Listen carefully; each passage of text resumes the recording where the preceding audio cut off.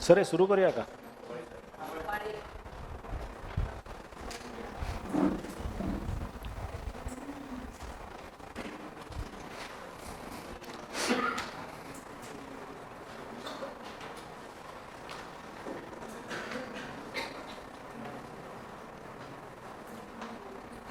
आपण रिट्रोफिटिंगपर्यंत पाहिलं. त्याचं शेवटचं वाक्य आपण पाहिलं नाही की providing something with a component or feature not fitted in original construction. Is this clear? Retrofitting कळलं. Next, restrengthening, the process of increasing load resistance capacity of a structure or portion. आता रीस्ट्रेंथनिंग आणि रिट्रोफिटिंगमध्ये फरक कोण मला समजावेल?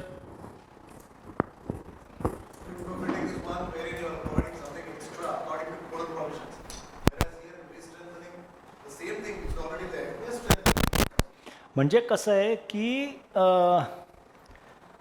Retrofitting म्हणजे you are making it compliant of the current codal provisions. Compliant म्हणजे आत्ताचे जे कोडल प्रोव्हिजन्स आहेत त्याच्या लेवलला तुम्ही स्ट्रक्चरला घेऊन येत आहे. म्हणजे स्ट्रक्चर बांधलं होतं 100, बिकॉज काय 60-70 वर्षाच्या डिटिरिओरेशनमुळे 100वरून 70वर आलं. 70वरून परत 100वर नेणं हे रिस्ट्रेंथनिंग झालं. कोडल प्रोव्हिजन रिक्वायर्स 125, ते 70वरून 125वर नेणं हे रिट्रोफिटिंग झालं. कळलं difference between restrengthening and retrofitting. Next, rehabilitation, the process of repairing the structure to meet desired useful condition. Upgradation of structure to meet present need mostly for abundant structure. आता rehabilitation centre हा शब्द आपल्याला maximum माणसांच्या रिहॅबिलिटेशनमध्ये आपलं हे जातं. म्हणजे ज्यांना काही व्यसनं लागतात, दारू ड्रग्स बिग्स घेतात काही भटकलेली मुलं, त्यांना रिहॅबिलिटेशन सेंटरमध्ये पाठवलं जातं की ते तिथे रिहॅबिलिटेट होऊन परत समाजात फ्रीली वावरण्याच्या योग्यतेचे होतात, है ना. सो रिहॅबिलिटेशनमध्ये शेवटचं वाक्य बघा की मोस्टली फॉर अबंडंट स्ट्रक्चर्स. म्हणजे this is rehabilitation is for abundant structures predominantly. Next, restoration म्हणजे काय? The process of reestablishing the materials form and appearance of the structure. Restoration म्हणजे कसं की 100चं 70वर आलं तर तुम्ही 70ला ते अरेस्ट केलं. You have restored the structure. You have not necessarily strengthened the structure. हे कळलं? स्ट्रेंथनिंग म्हणजे त्याची ताकद वाढवणे. रिस्टोर म्हणजे आहे त्या ह्यालाच थांबवणे, फर्दर डिटिरिओरेशन थांबवणे. Is this clear? प्रत्येक वाक्यातला शब्दातला हलकासा फरक आहे, पण क्लायंट तुम्हाला हा फरक सांगू शकेल की अरे मला उगाच ताकद बिकत नको आहे. म्हणजे हे स्ट्रक्चर बांधलं होतं 400 kg per square metre live load करता समजा, पण सर ते तेव्हा इंडस्ट्रियल म्हणून बांधलं होतं, आता मी रेसिडेन्शियल म्हणूनच वापरतोय. जरी त्याची ताकद रेसिडेन्शियलला किती आहे? 200 kg पर स्क्वेअर मीटर आहे. जरी त्याची ताकद सर निम्म्यावर आली असली तरी मला चालतं आहे. तुम्ही फक्त रिस्टोअर करून द्या, मला लिकेज बिकेज सगळं बंद करून द्या. इट्स पॉसिबल ना? Client can tell us that. So we may be restoring it, we may be restrengthening it, we may be retrofitting it also. Next, आणि repairs, the process of replacement of damaged part or components of a structure with new of similar size, quality and number is repairs. आणि माझं एक आवडीचं वाक्य आहे की repair is a accumulated maintenance. म्हणजे maintenance साचला की तो रिपेअरमध्ये कन्वर्ट होतो. म्हणजे मी एक थोडंसं उदाहरण सांगतो की बऱ्याचसे लोक आहेत ना, ते आंघोळ करताना मान घासत नाहीत नीट, मग मान काळी काळी काळी काळी पडत जाते. लहानपणी आई सांगायची ना, कानामागे घास रे नीट. का? कारण ते तिथे काळं काळं पडत जातं. नाही तर इट्स अ पुअर मेंटेनन्स. हां, लाईव्ह एक्झाम्पल सांगतो मी तुम्हाला. ही कोपरं का काळी पडतात? कारण घासत नाही आपण ती. It is a live example. Same way स्ट्रक्चरमध्ये सुद्धा every component of the structure needs to be maintained. प्रत्येक कॉम्पोनंटला मेंटेनन्सची रिक्वायरमेंट वेगळी असते आणि ती रिक्वायरमेंट आपण पूर्तता केली तर poorly constructed structure also can last very very long. आणि जर मेंटेनन्स नीट केला नाही तर a well constructed structure also can deteriorate very early. हे वाक्य कळतंय? आपण असं म्हणतो ना की माझी आजी काय, आजोबा काय 80व्या वर्षी तर विदाऊट चष्मा वाचू शकायचे. का? कारण चांगल्या दुधा तुपावर वाढलेली पिढी होती. आपण डालडावर वाढलेली पिढी आहोत. हां, तर त्यामुळे आणि तुम्ही तर ते पुढची पिढी तर म्हणजे अशी काय ते हां म्हणजे प्लास्टिक फूड, जंक फूड म्हणजे वडापाववरती वाढलेली पिढी असं coming back to the point. त्यामुळे त्यांच्यामध्ये तो एक स्ट्रेंथ रिझर्व होता. जुन्या बिल्डिंगी जेव्हा आपण पाहतो ना आपण म्हणतो ही बघा बिल्डिंग 150 वर्ष उभी आहे, कारण त्यात स्ट्रेंथ रिझर्व खूप असतो. फॅक्टर ऑफ सेफ्टी प्रचंड असतो त्याच्या वेगवेगळ्या कॉम्पोनंट्समध्ये. कारण मी रिस्टोअर करतो बिल्डिंग्स. मी 1000 वर्ष जुनं टेम्पल चंबा लखांग टेम्पल म्हणून लडाखमध्ये आहे ते रिस्टोअर केलं आणि ते 1000 वर्ष जुनं लाकडाचं स्ट्रक्चर आहे. Wooden structure can last for 1000 years. So think of it, if you maintain well. See लडाखमध्ये 2-3 गोष्टी कसं आहेत की environment is harsh only from the temperature point of view. Otherwise humidity कमी, नंतर ॲग्रेसिव्ह केमिकल्स शून्य. कार्बन डायऑक्साईडच नाही तिकडे. तिथे ऑक्सिजन पण नाही आणि कार्बन डायऑक्साईड पण नाही, दोन्ही नाही. हवा विरळ ना अत्यंत. नंतर क्लोराईड्स असतात, सल्फेट्स असतात, कसलाच अटॅक नाही. त्यामुळे ते स्ट्रक्चर इतकं छान टिकलं होतं. म्हणजे बराच त्यात डिटेरिओरेशन होतं पण खूप 1000 वर्षाच्या मानाने सॉलिडच टिकलं होतं ते structure. So we have to really make the structure well and maintain it better. म्हणजे it is easier to make a good structure than to maintain it असं. पण तरी मेंटेनन्स करायला लागतोच. Even the best constructed structure also will require maintenance. Next, periodic maintenance and its manual. Different components of a structure have different life cycles. हे कळलं? अत्यंत सोपं. पुढे जाऊ. कारण मला कोणीतरी सांगितलं की सर तुम्ही खूप स्लो जाताय. मी स्लो जात असेल तर मला सांगा, मी फास्ट जाईन. कारण का मी स्लो जातोय? कारण तुम्हाला माझ्या 1 मिनिट तुम्हाला 3.5 मिनिटात करायचं आहे. त्यामुळे मी तुम्हाला 1 मिनिटात 3 उदाहरणं सांगतो. ती तुम्ही डोक्यात भरा. ती तुम्हाला नंतर व्हिडिओच्या थ्रू मिळणारच आहेत MSBTच्या वेबसाईटवरती, तेव्हाही तुम्ही पाहू शकता. आणि मग ते तुम्ही 15 मिनिटाचं 45 मिनिटं करा असं. म्हणजे आणि ते वाचा. म्हणजे मी काय शिकवणार 18 तासामध्ये काही, आणि मला काय येतं रिपेअरमधलं? काही येत नाही मला, मी सांगतो तुम्हाला. म्हणजे आणि मला जेवढं येतं ना त्यातलं मी 20% देऊ शकेन तुम्हाला. कारण मी केस स्टडीज दाखवत नाही आहे, कितीतरी गोष्टी दाखवत नाही आहोत. त्यामुळे इट इज व्हेरी लिमिटेड. हे जे ट्रेनिंग आहे it is more for to start the thought process of repairs in your minds असं.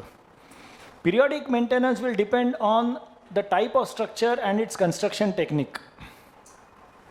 बरोबर आहे? वेगवेगळ्या प्रकारच्या स्ट्रक्चरला वेगवेगळ्या प्रकारची जी व्यक्ती रोज एका इंडस्ट्रीमध्ये काम करत असेल आणि त्याच्या अंगावरती रोज तेलाचा एक थर जात असेल किंवा त्याच्या अंगावरती त्याला आंघोळीची जास्त गरज आहे, दिवसातनं 2दा करायला लागेल. जी व्यक्ती 24 तास AC मध्ये बसते की त्याला घामाचा एक थेंब येत नाही, AC गाडीतनं घरी येते, घर पण AC असतं, त्याला आंघोळीची गरज आहे पण तेवढी नाही. क्लिअर? एक उदाहरण झालं. जे स्ट्रक्चर आज समुद्रकिनारी आहे मुंबईला त्याला मेंटेनन्स जास्त लागणार, कारण समुद्राची खारी हवा, खारं पाणी, प्रचंड ह्युमिडिटी, मुंबईचं आमच्या कार्बन डायऑक्साईड, कार्बन मोनॉक्साईड, एवढ्या गाड्या, लाखो गाड्या, यांचं पोल्युशन, त्याने स्ट्रक्चरवर जास्त परिणाम होणार. आणखी एका फॅक्टरचा खूप मोठा परिणाम असतो, ते म्हणजे पॉप्युलेशन डेन्सिटी. तुम्ही म्हणाला रे पॉप्युलेशन डेन्सिटीचा काय फरक पडतो?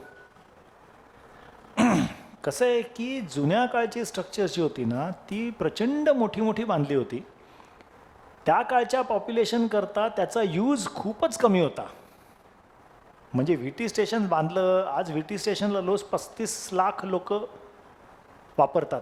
VT स्टेशन 35 लाख,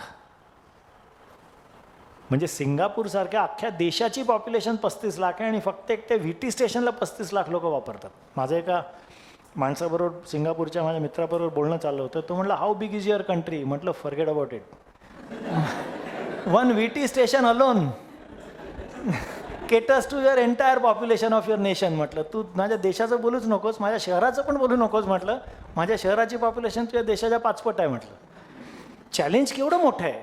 VT स्टेशनला तेवढं जास्त फ्रिक्शन होणार की नाही.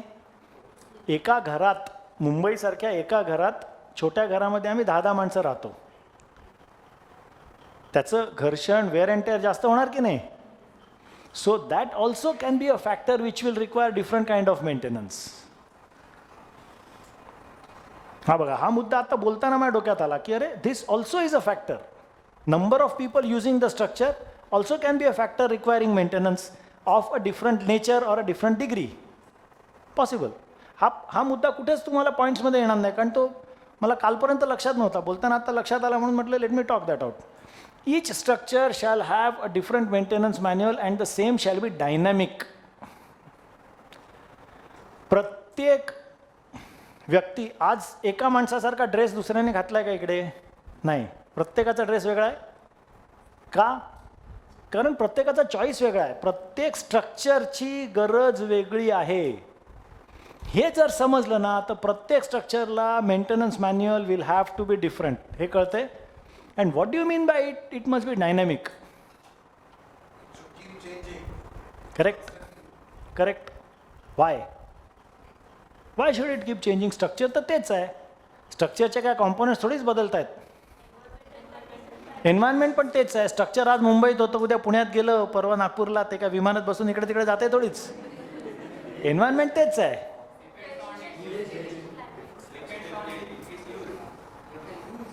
Depends on is use. समजा यूज पण तोच आहे.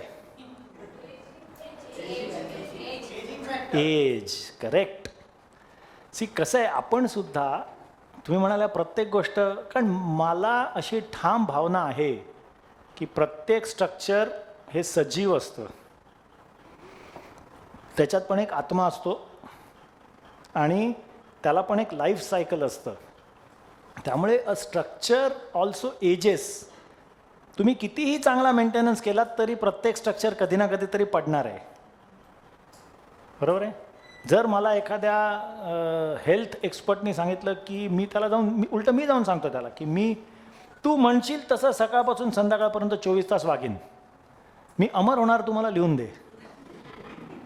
तू म्हणशील तेच खाणार, तू म्हणशील तेवढंच योग करणार, तू म्हणशील तेवढा श्वास घेणार नाही घेणार, तू म्हणशील ते सगळं मी तसंच करणार, पण तू मला अमर होणार लिहून दे. नाही ना लिहून देऊ शकत. तसंच आहे. त्यामुळे it has to be dynamic. डायनॅमिकचा अर्थ कळला. It shall be changing. त्यामुळे मेंटेनन्स मॅन्युअल हे प्रत्येक स्ट्रक्चरचं वेगळं असेल आणि मेंटेनन्स मॅन्युअल हे प्रत्येक स्ट्रक्चरचं डायनॅमिक असेल. आता त्याच्यात मेंटेनन्स मॅन्युअलमध्ये काय मुद्दे येणार?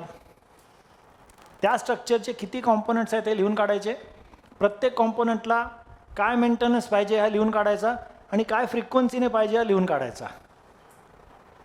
मेंटेनन्स कसा करायचा लिहून काढायचा. बरोबर आहे. ह्याच्या पलीकडे मेंटेनन्स मॅन्युअलमध्ये काही नसतं. आणि त्याच्या पुढे जर जायचं असेल तर ते स्टेप बाय स्टेप त्याची SOP म्हणजे स्टँडर्ड ऑपरेटिंग प्रोसिजर जी म्हणतात ती लिहून काढायची. मग ते काय होईल, एका स्ट्रक्चरकरता मेंटेनन्स मॅन्युअल फॅट होईल आणि कोणी ते वाचणार नाही. त्याच्या सोपं सुटसुटीत, कारण मेंटेनन्स असतो ना स्ट्रक्चरचा, हा आपल्या close to our heart, every day इतका सोपा असतो मेंटेनन्स. त्याच्यात high level high technical, repair is high level high technical, maintenance is not high level high technical. बघूयात आपण मेंटेनन्सही पाहतो आणि रिपेअरही पाहतो. प्री मॉन्सून मेंटेनन्समध्ये काय पाहिजे बाबा? Cleaning up of terrace. प्रत्येक टेरेसला झाडू मारायला पाहिजे. पटतंय का? कारण सांगा मला. पटलं ना? आता कारण सांगा.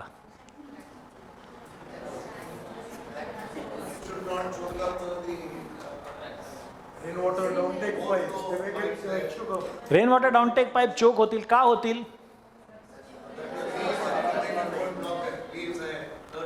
डर्ट आहे, लीव्ज आहे. करेक्ट. जर तुमचं स्ट्रक्चर लो राईज असेल आणि त्याच्यावरती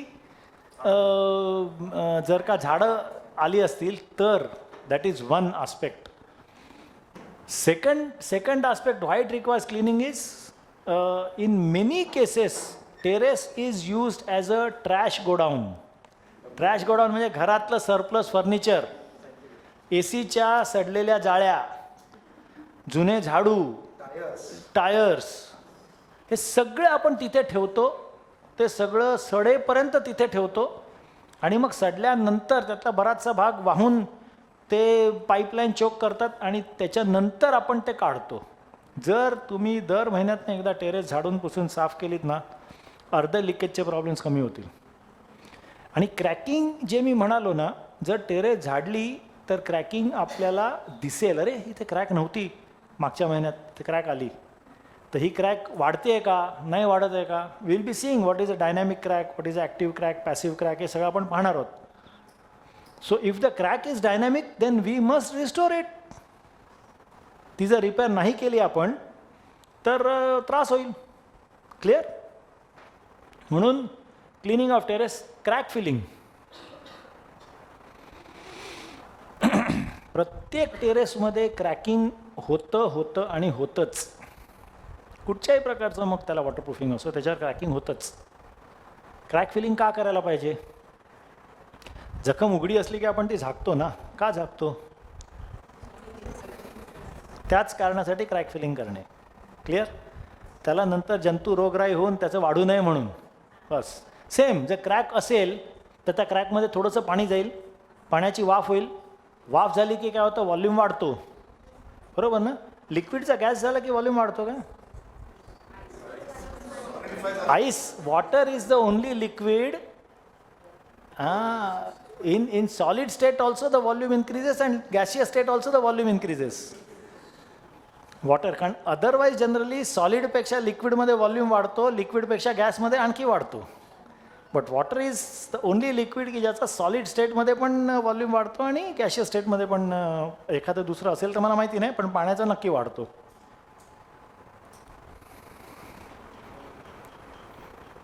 so coming back to the point, ते पाणी आत गेलं आणि मग पाऊस थांबल्यानंतर गरमीमुळे त्याची वाफ झाली. तर ती वाफ काय होईल, एक्सपांड होईल. एक्सपांड झाल्याने ती काय करेल, ती क्रॅक वाढवेल. म्हणजे पहिल्या पावसाळ्यात जर ती आपण क्रॅक भरली नाही तर पुढच्या पावसाळ्यापर्यंत किंवा in between 2 showers also he process होत राहणार 4 महिने. पाऊस काय 4 महिने कंटिन्युअस पडत नाही. एक दिवस पडतो, मग परत गरम होतं, मग परत थंड होतं, परत गरम होतं. तर ह्या प्रोसेसमध्ये कदाचित पहिल्याच पावसाळ्यात लिकेज सुरू होऊ शकतं. त्यामुळे क्रॅकिंग दिसल्या ते भरणं हे योग्य आहे आणि ते करायलाच पाहिजे.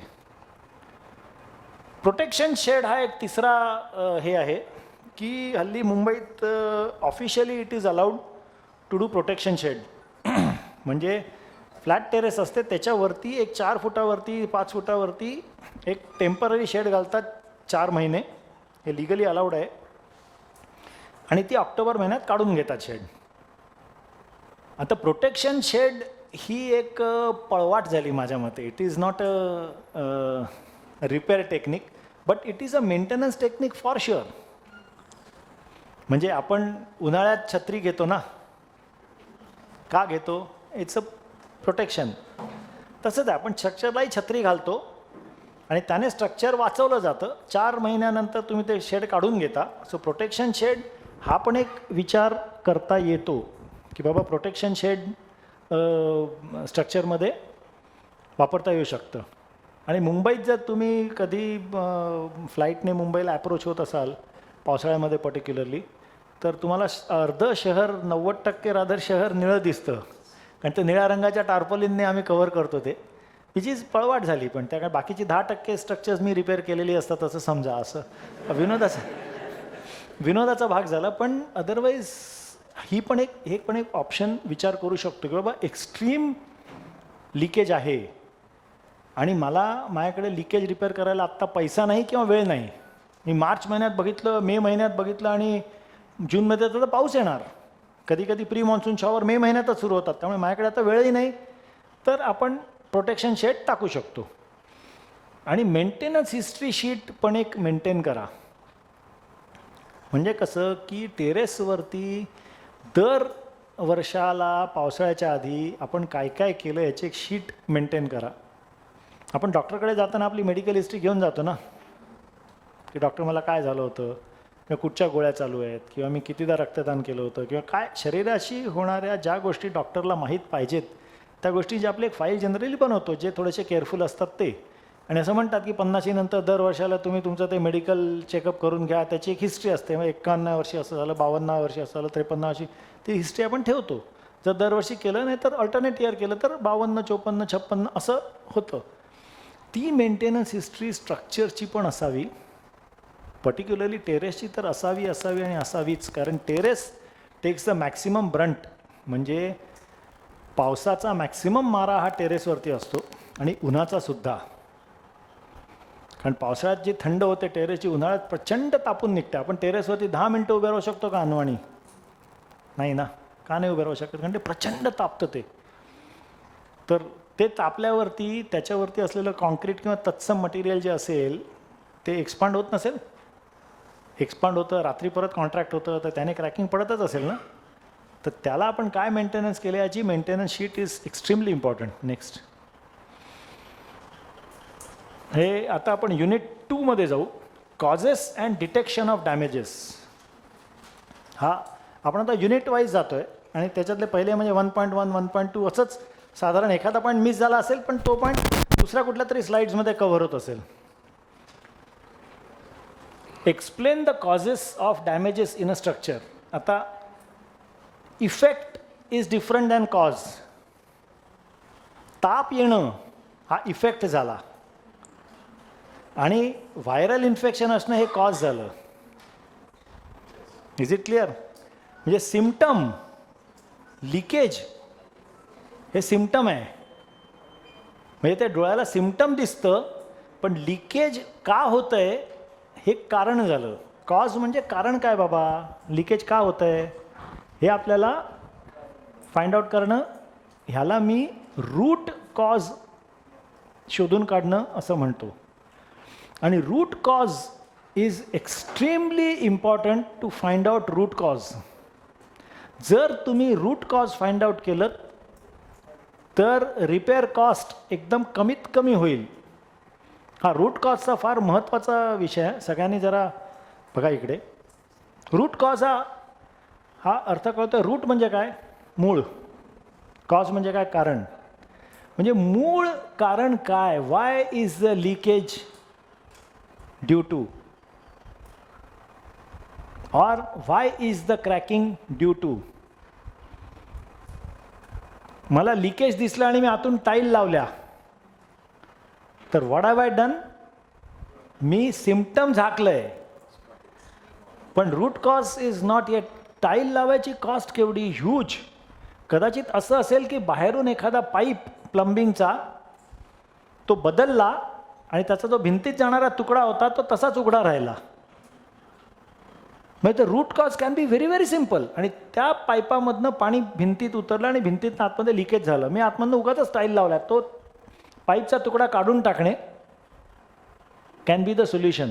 म्हणजे the solution can be very very economical, very very easy if we know what is the root cause. त्यामुळे कुठच्याही रिपेअरच्या कामामध्ये we must know the root cause. If you do not know the root cause you will not be able to repair the structure permanently. आज allopathy काय करतं? ते symptom मारून टाकतं. ताप आला, ही गोळी घ्या. डोकं दुखतंय, तीच गोळी घ्या. अरे असं कसं? डोकं कशामुळे दुखतंय? काय फ्रिक्वन्सीने दुखतंय?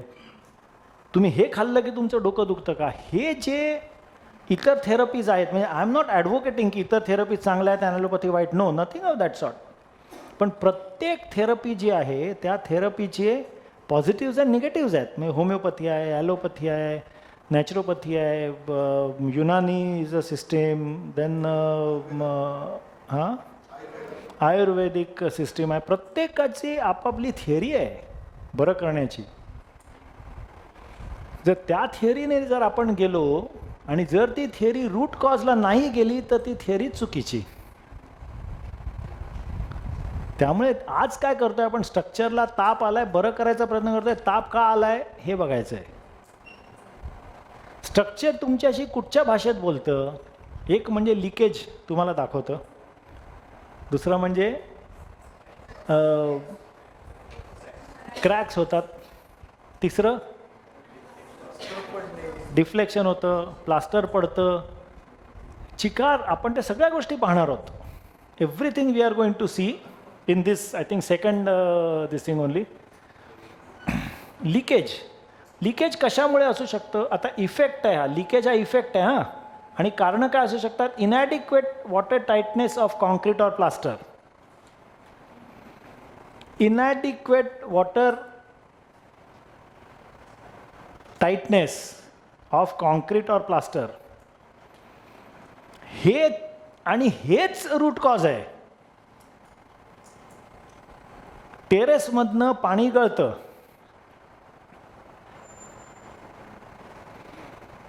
ह्याचं रूट कॉज काय? तुम्ही म्हणाल वॉटरप्रूफिंग खराब आहे. वॉटरप्रूफिंग काय असतं हो?